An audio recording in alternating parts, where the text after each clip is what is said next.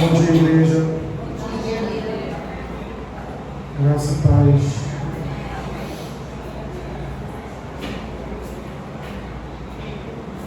Vamos orar para dar início à nossa escola bíblica. Creio que eu não tomarei muito tempo de vocês, eu quero só fazer uma breve introdução. Nós já estamos no outro material, que é esse que está nas suas mãos, e vamos, nos próximos domingos, entender um pouquinho o que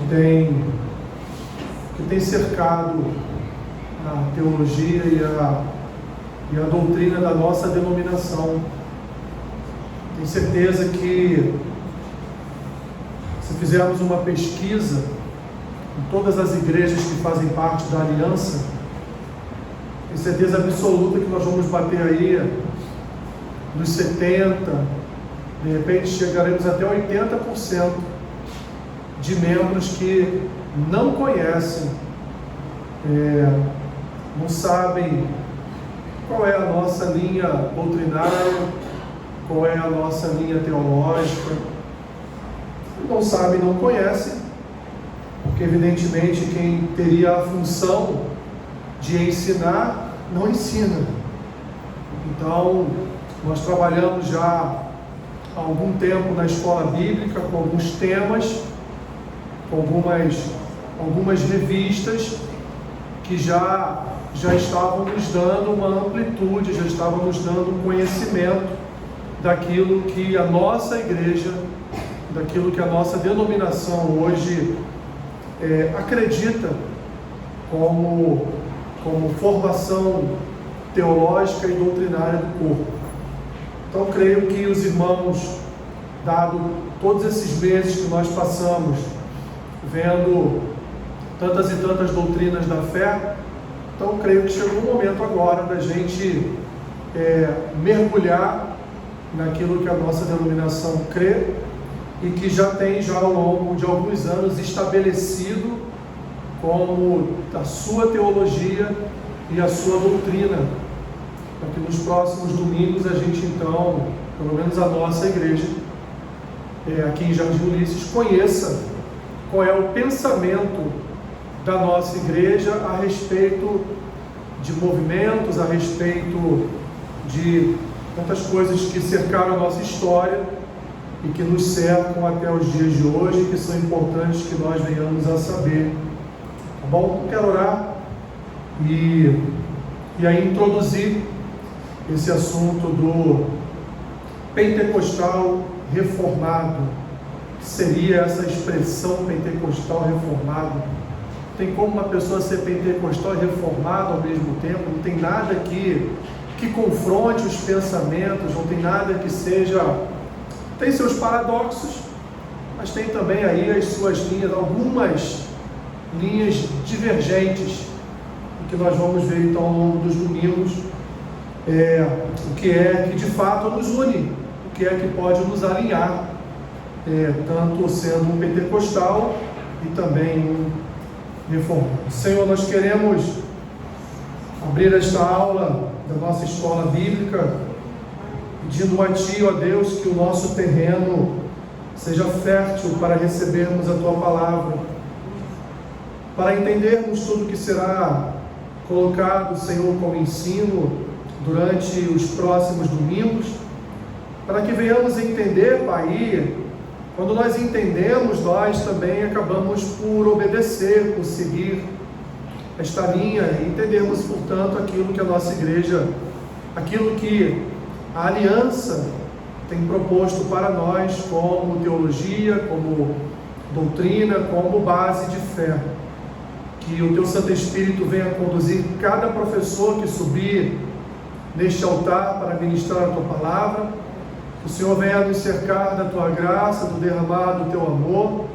E que no final, Senhor, de tudo isso, possamos entender onde nós estamos, possamos entender, Senhor, o que a nossa igreja crê, o que esta aliança crê.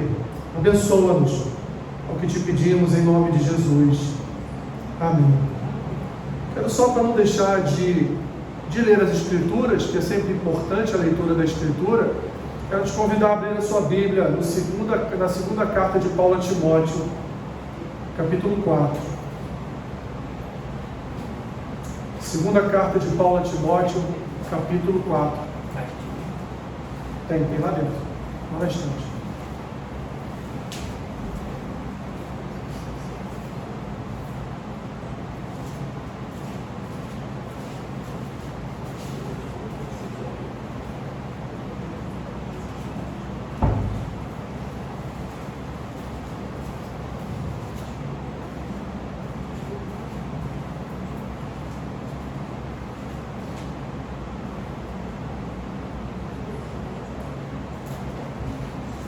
Olha o que Paulo diz a Timóteo, ao jovem pregador Timóteo. Segunda carta de Paulo a Timóteo, capítulo 4, versículo 1. Conjuro-te, perante Deus e Cristo Jesus, que há de julgar vivos e mortos, pela sua manifestação e pelo seu reino, prega a palavra, insta, quer seja oportuno, quer não, corrige, repreende, exorta com toda longanimidade e doutrina, pois haverá tempo em que não suportarão a sã doutrina. Pelo contrário, cercar-se-ão de mestres segundo as suas próprias cobiças, como que sentindo coceira nos ouvidos, e se recusarão a dar ouvidos à verdade, entregando-se a fábulas. Tu, porém, sê sóbrio em todas as coisas, suporta as aflições, faz o trabalho de um evangelista, cumpre cabalmente o teu ministério. Até aqui, meus irmãos. Percebam bem que Paulo está dizendo para Timóteo: olha, Timóteo, ele vai dizer ainda nessa mesma carta, que você teve duas excelentes professoras na sua casa, que foi a sua avó e a sua mãe.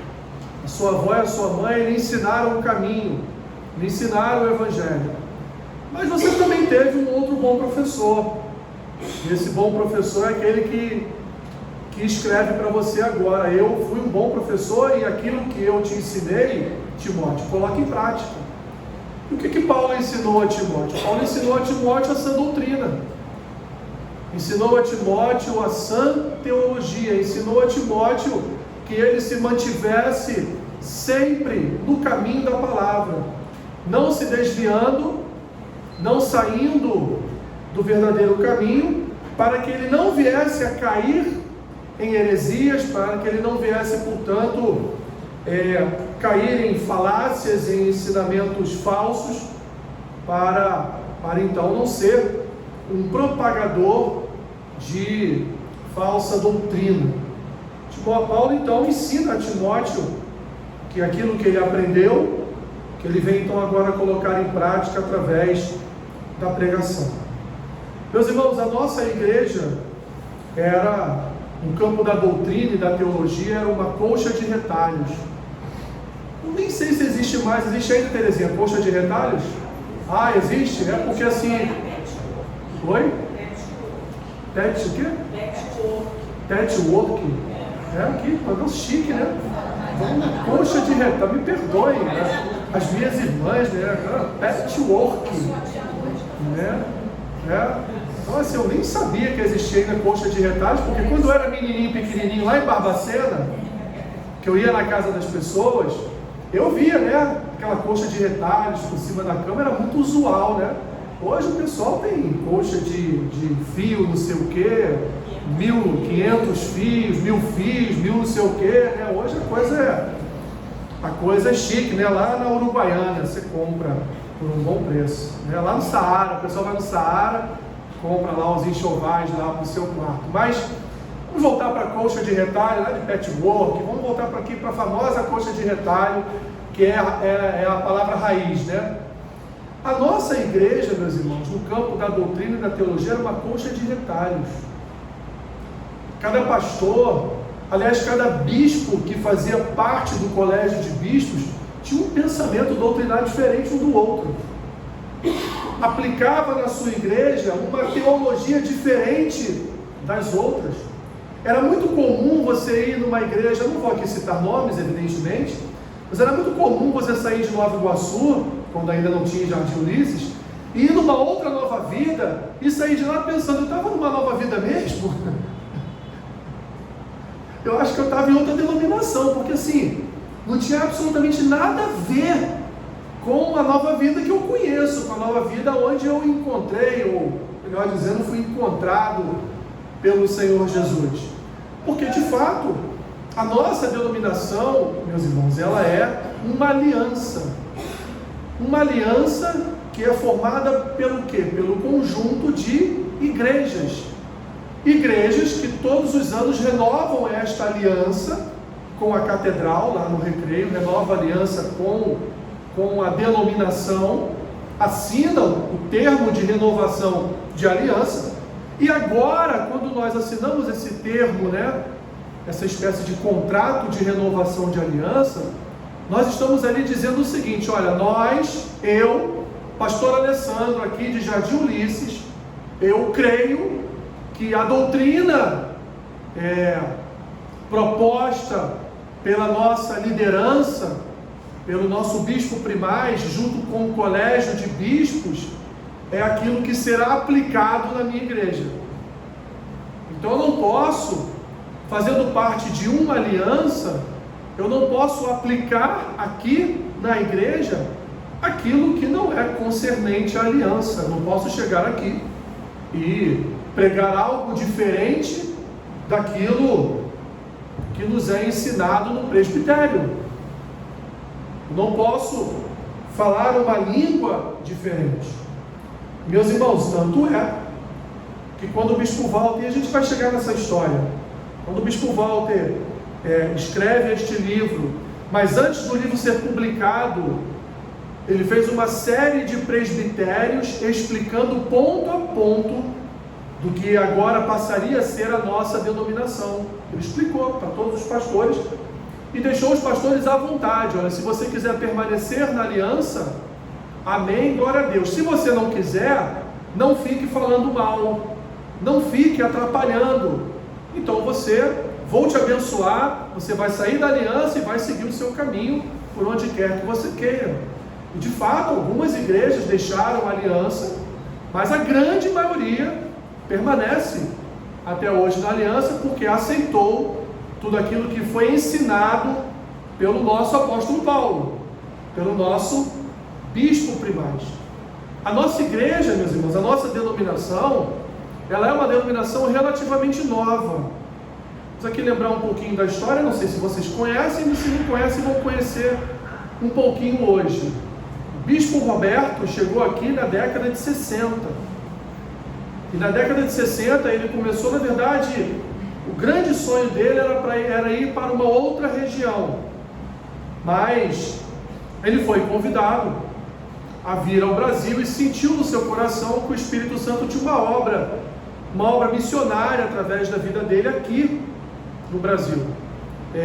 Quero aqui só pontuar que a família McAllister, que é a família fundadora da nossa denominação, é uma família de raiz pentecostal, não é uma família de raiz reformada. Uma família em que, por exemplo, se eu não me engano, acho que foi o bisavô do bispo Walter, foi o primeiro homem branco a pisar lá na Rua Azusa, quando houve aquele avivamento pentecostal da Rua Azusa, com William Samuel. Ele foi o primeiro homem branco a entrar naquela igreja e ver com seus próprios olhos todo aquele avivamento. O avô do bispo Walter, se eu não me engano é o avô, que são muitas gerações, mas a geração dele é uma geração de escoceses, para você ter uma ideia. Então são gerações de pregadores em toda a sua casa. Foi ali o primeiro no Canadá, foi o primeiro ali a manifestar o dom de línguas. Então você vê que é uma família em que eu poderia aqui contar outras histórias, mas não tem importância devida aqui para nós. É uma família, então, uma família de pentecostais raiz. É uma família que acreditava no avivamento, acreditava na manifestação dos dons, uma família que buscava a manifestação dos dons. E assim o bispo Roberto chega no Brasil na década de 60 e começa a pregar na Associação Brasileira de Imprensa, no centro do Rio de Janeiro, na ABI. E qual era, assim, um objeto da sua pregação? Era cura, libertação, um pouquinho de prosperidade, expulsão de demônios. Essa era a matiz da pregação do bispo Roberto. E o bispo Walter dá esse testemunho em um outro livro, do livro sobre a criação do neopentecostalismo. Ele dá esse testemunho que ele, garoto ainda, com 10, 11 anos de idade, ele carregava a pastinha do bispo Roberto, lá na ABI, e ficava do lado, vendo o bispo Roberto expulsar demônios e dizer a ele: é assim que você tem que fazer. O bispo Roberto impunha as mãos, orava, expulsava demônios, e o bispo Walter ali do lado, vendo tudo aquilo, vendo pessoas sendo curadas, vendo pessoas sendo libertas de demônios, né? Mas, como tudo na vida, né, meus irmãos, tem também os seus problemas. O bispo Walter, bispo Roberto, de uma forma injusta, ele é acusado de ser o fundador do neopentecostalismo no Brasil. Você sabe o que é o neopentecostalismo, sabe? Igreja Universal, a do Internacional da Graça de Deus, a Cristo Vive do Miguel Ângelo, e por aí você vai, que são essas igrejas que têm um comportamento completamente diferente do nosso, da Nova Vida. E por que ele é considerado injustamente como fundador do neopentecostalismo? Porque ele foi o primeiro pastor no Brasil a comprar uma rádio, para através da rádio ministrar a palavra. Fazia cultos em praças públicas, pregou, se eu não me engano, acho que ele pregou no Maracanãzinho, para mais de 5.000 pessoas. Então assim, era um pastor extremamente ativo, né? Pentecostal mesmo. Mas ele adotava algumas práticas que no futuro foram adotadas pelo neopentecostalismo, por aqueles que foram ali formados por ele, por aqueles que foram inclusive ordenados por ele, ainda na antiga IPNV, Igreja Pentecostal de Nova Vida. E depois que ele saiu da ABI, ele fundou a igreja, fundou a denominação, né? A igreja matriz, a igreja principal era Botafogo, depois ele fundou no Meia, e assim por diante ele foi foi abrindo outras igrejas no Rio de Janeiro. Mas ele então, meus irmãos, ele tinha por costume, quando ele estava na rádio, ele pedia às pessoas que colocassem um copo de água na rádio ou na TV, colocassem um copo de água em cima do rádio, ou próximo do rádio, ou então, quando era na TV, em cima da TV. E ali ele orava por aquele copo de água, orava pela pessoa, orava pelos enfermos e falava: agora toma seu copo de água. E tomava o copo de água como se fosse ali um elixir, né, milagroso, que fosse ali curar e libertar aquela pessoa ali dos demônios. E isso foi adotado por aqueles que foram formados por ele. Quais foram aqueles que foram formados por ele? Edir Macedo, R.R. Soares,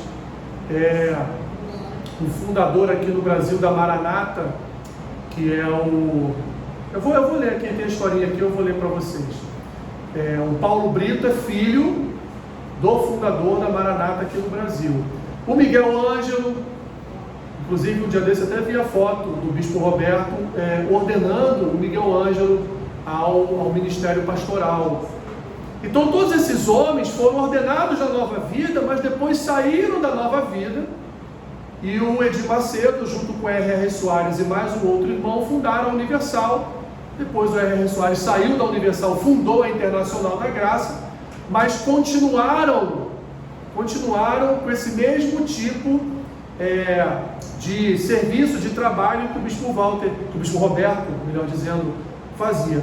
Com o tempo, meus irmãos, o bispo Roberto foi deixando de lado essas práticas. E como o próprio Bispo Walter diz, no seu livro, ele já no final da sua vida, ele já tinha começado a ter contato com a teologia reformada.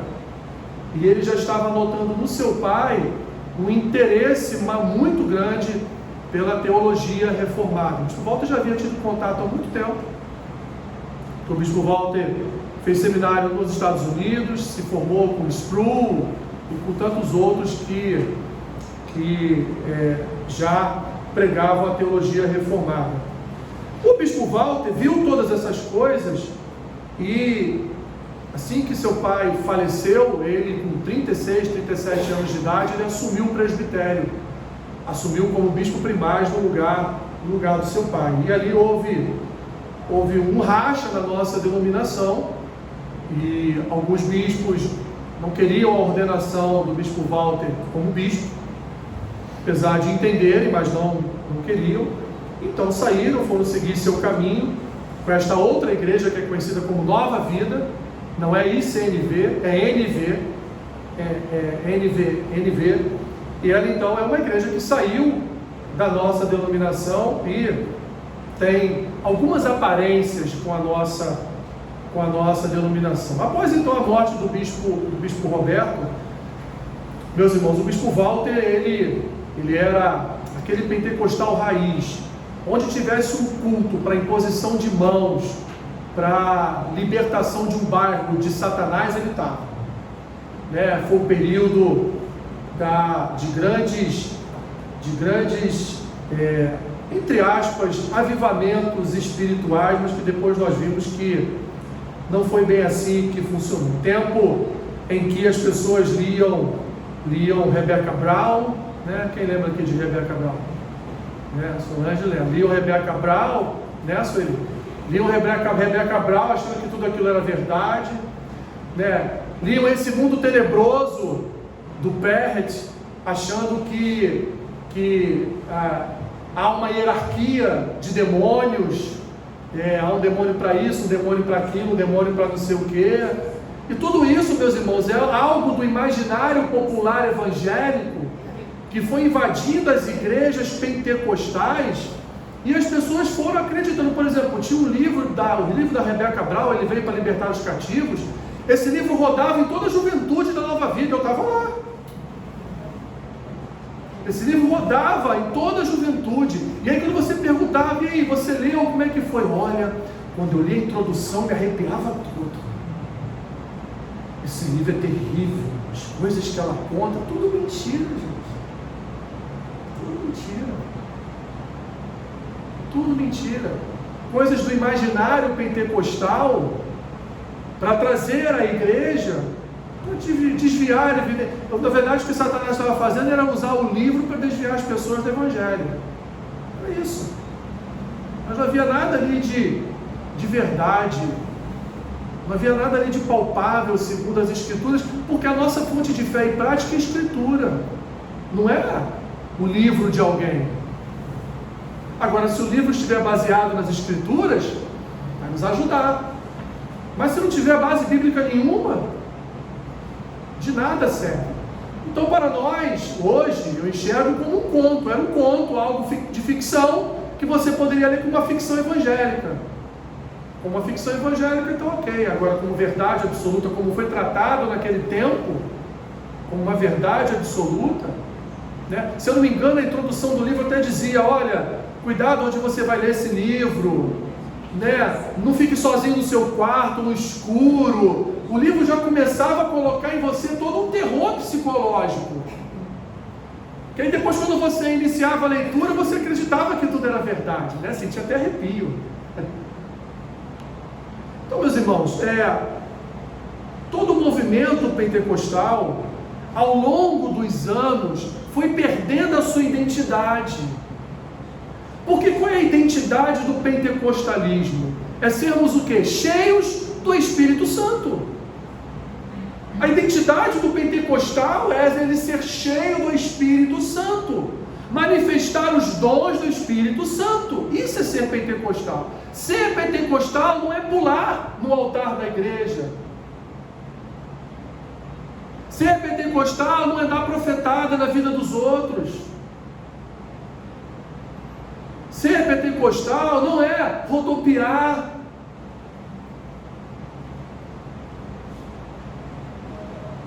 É dizer, olha ele aí, entrando pelo meio da igreja com a espada na mão. Isso não é ser pentecostal, meus irmãos. Isso é ser menino. Isso é ser menina. O nome disso é emocionalismo. Em determinado momento, depois de tantos e tantos anos, o bispo Walter foi observando que o pentecostalismo tinha se tornado algo completamente sem nexo. Esse pentecostalismo que o Brasil estava vivendo se tornou, na verdade, uma vergonha. Pessoas dançando sem ter nada de espiritual ali. Pastores pagando pessoas para fingirem que foram libertas de demônios ou libertas de uma enfermidade. Então, quando chegamos em determinado ponto da nossa história, o bispo Walter, muito desanimado com tudo que ele estava vendo, o que ele fez? Ele mudou o nome da nossa aliança, mudou o nome da denominação. Lembra quando nós deixamos de ser IPNV e passamos a ser ICNV? Deixamos de ser Igreja Pentecostal de Nova Vida e passamos a ser Igreja Cristã de Nova Vida. Por que cristã? Porque cristã, ela alcança a generalidade do cristianismo. Porque dentro do nome cristã já se encontra o pentecostal, se encontra o reformado, se encontra até, entre aspas, o neopentecostal. Porque o nome cristão é um nome que abraça todo o cristianismo. Então, para que nós também não fôssemos envolvidos ou não viéssemos a ser vistos como um movimento também de crianças, um movimento de meninos e meninas, o bispo Walter tirou o pentecostal, mas nós, meus irmãos, não deixamos de ser pentecostais, porque ao contrário dos reformados, nós cremos no continuismo, nós cremos que há dons, há manifestação dos dons do Espírito Santo até os dias de hoje, nós cremos nisso, e mais à frente vocês verão isso, não é o nosso objeto hoje, estou só aqui fazendo uma introdução. Depois de mudar o nome da denominação, não fazendo com que ela deixasse, repito, de ser pentecostal, mas que ele viesse a alinhar a nossa igreja com uma identidade cristã, e não só uma identidade pentecostal, mas uma identidade do cristianismo, uma identidade cristã, ele então, meus irmãos, começou a mergulhar mais fundo no estudo das Escrituras, no ensino de que, olha, cada pastor da nossa denominação prega de um jeito. Cada pastor fala de um texto das Escrituras de uma forma diferente. Pasme, tem igrejas que ele chegou e que conduzia todo o culto era a mulher do pastor. E na hora de pregar, a mulher do pastor que chamava o marido para pregar. Então o bispo Walter foi ao longo de muitos anos, meus irmãos, isso aqui é fruto de mais de 20 anos, observando, visitando cada igreja da nossa denominação, fazendo reunião toda semana no colégio de bispos, passando para os bispos aquilo que ele considerava certo, aquilo que ele considerava exagero, aquilo que ele considerava heresia. E ao longo dos anos então ele foi formando, ele como bispo primaz, ele foi formando então toda uma teologia baseada ainda no pentecostal, mas na seriedade do que é ser pentecostal, aliado à reforma. Aliado ao que, meus irmãos? Nós hoje somos calvinistas, somos luteranos? Não, nós somos reformados porque nós cremos no que? No sola Escritura. Somente a Escritura. E foi exatamente isso que ele quis fazer, trazer a denominação para a palavra, porque as visitas que ele fazia, os lugares onde ele ia, ele não estava vendo a palavra ser pregada. E olha, em que pese alguns métodos utilizados pelo bispo Roberto, pai do bispo Walter, lá na década de 60, de 70 e de 80, nessas décadas, o bispo Roberto pregava a palavra, tá? Ele não se desviava da palavra em nenhum momento. Você pegar qualquer vídeo, qualquer áudio do bispo Roberto, ele lê o texto e prega o texto. Ele prega a palavra. Pregava, né? As escrituras. Então o que o bispo Walter quis não foi, meus irmãos, trazer a nossa igreja para ser uma igreja presbiteriana, por exemplo.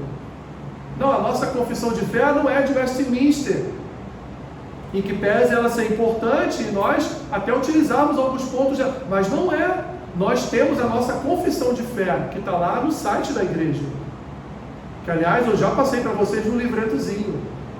Ali está a nossa confissão de fé, toda ela ali descrita. Tudo que a igreja de Nova Vida confia e crê está ali, naquele livretozinho que eu já passei para vocês, para que vocês conhecessem o que cremos, sobre o que cremos, quem nós somos.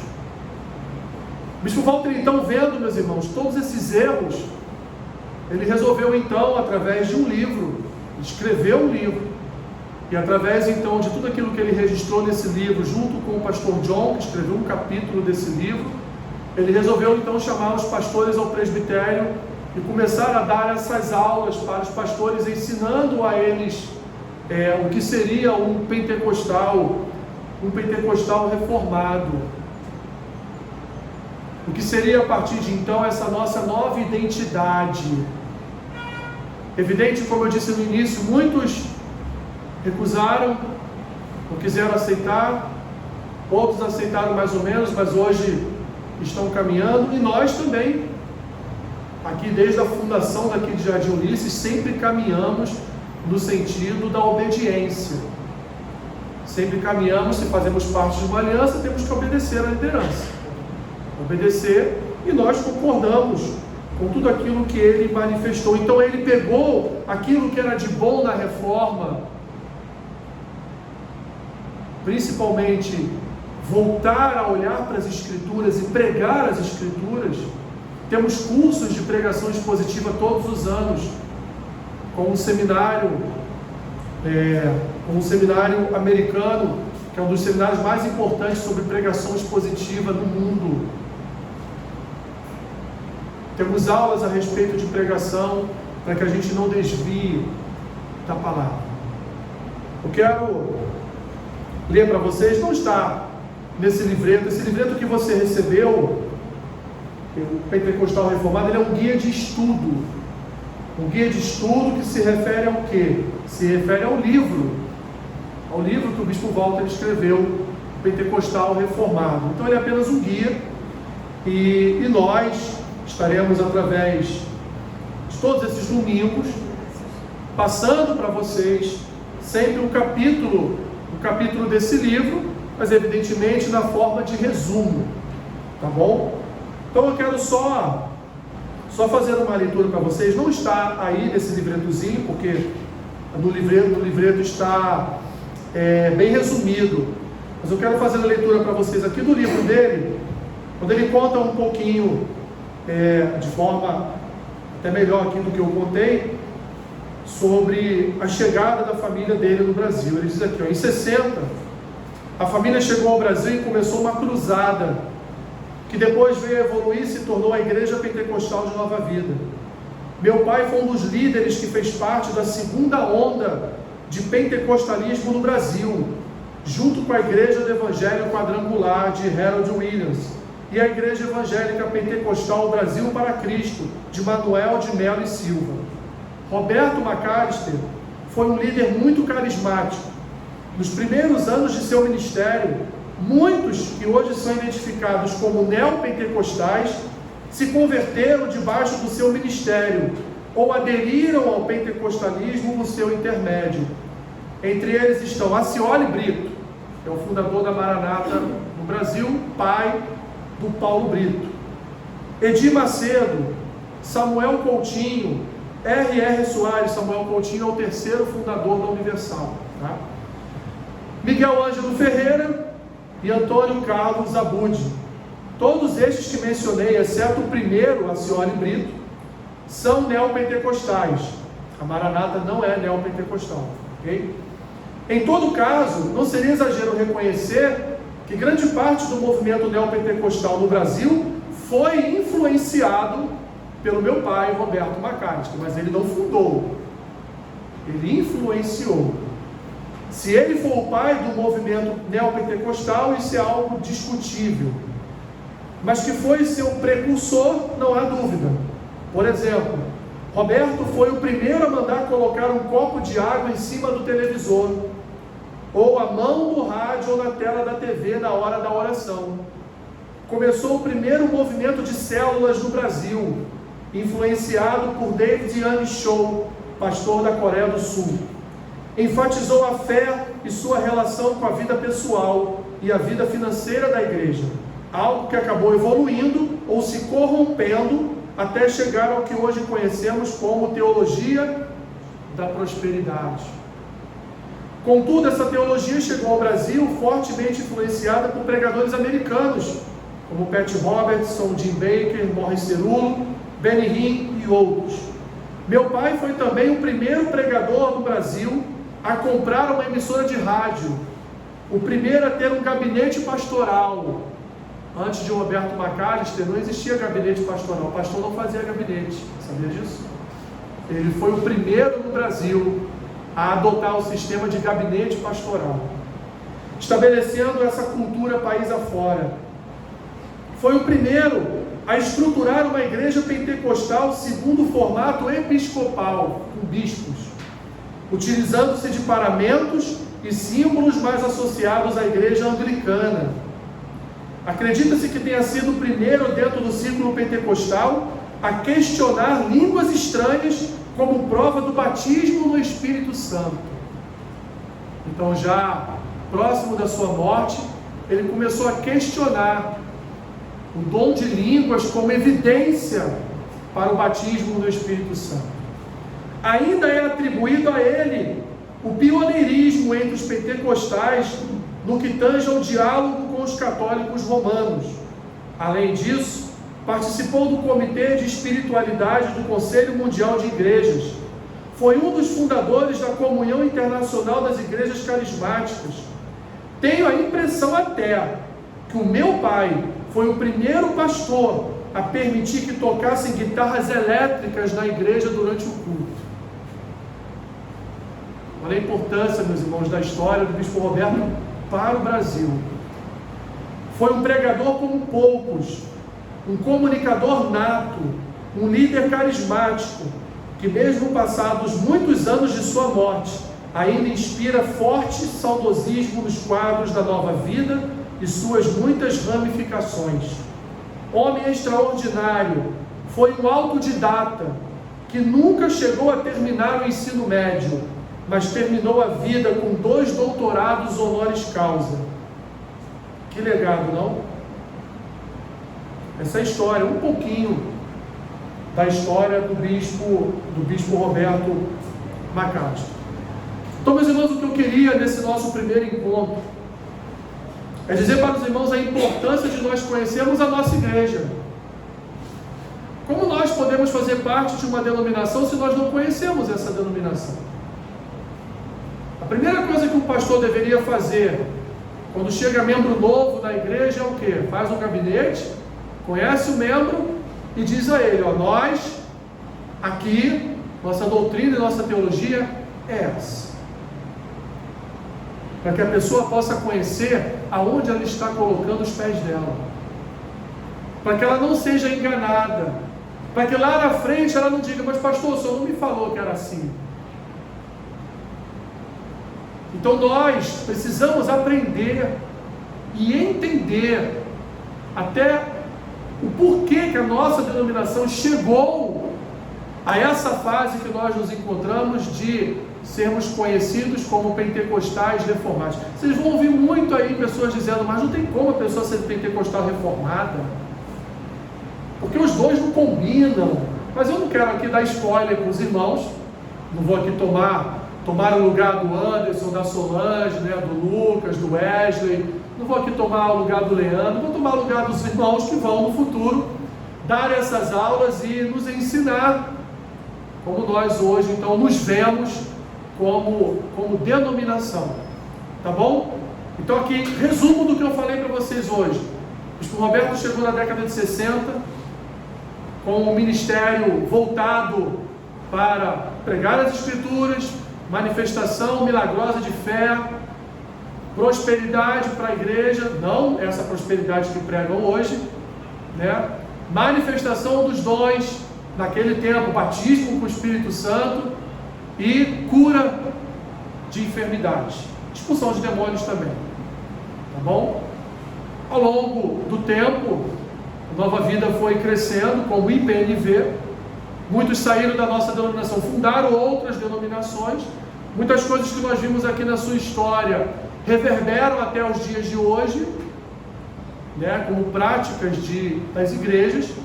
E após a sua morte, o Bispo Walter, ainda um pentecostal daqueles raiz, ainda crendo na imposição de mãos para expulsar demônios de bairros, ainda crendo que, como ele fez algumas vezes, ou uma vez só, não lembro aqui direito, com alguns pastores de outras denominações, foram até o Cristo para expulsar os demônios do Rio de Janeiro. Ou seja, práticas que não são usuais nossas, práticas que não são as nossas práticas, né? Porque demônio se expulsa de pessoas que estão endemoniadas.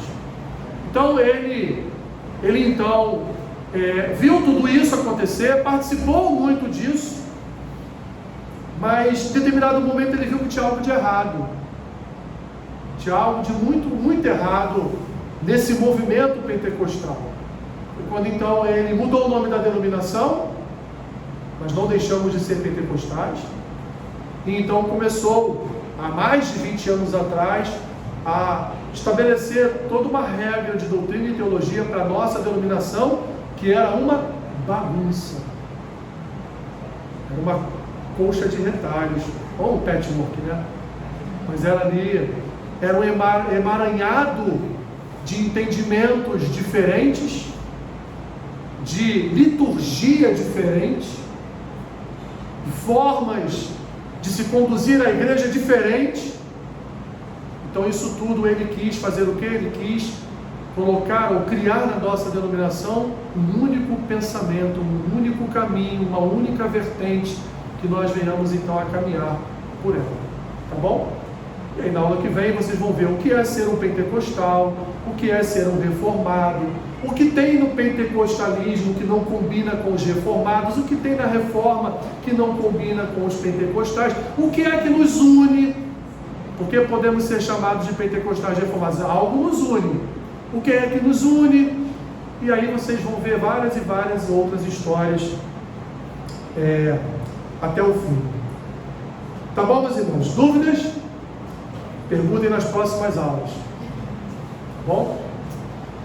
Senhor, obrigado por essa breve introdução, Senhor, do que hoje crê a nossa denominação. Obrigado, Senhor, pela presença da Tua igreja. Obrigado, Senhor, pela oportunidade que o Senhor nos concede de podermos aqui falar da nossa denominação, para entendermos melhor onde pisamos, o que cremos e aquilo que podemos fazer ou não.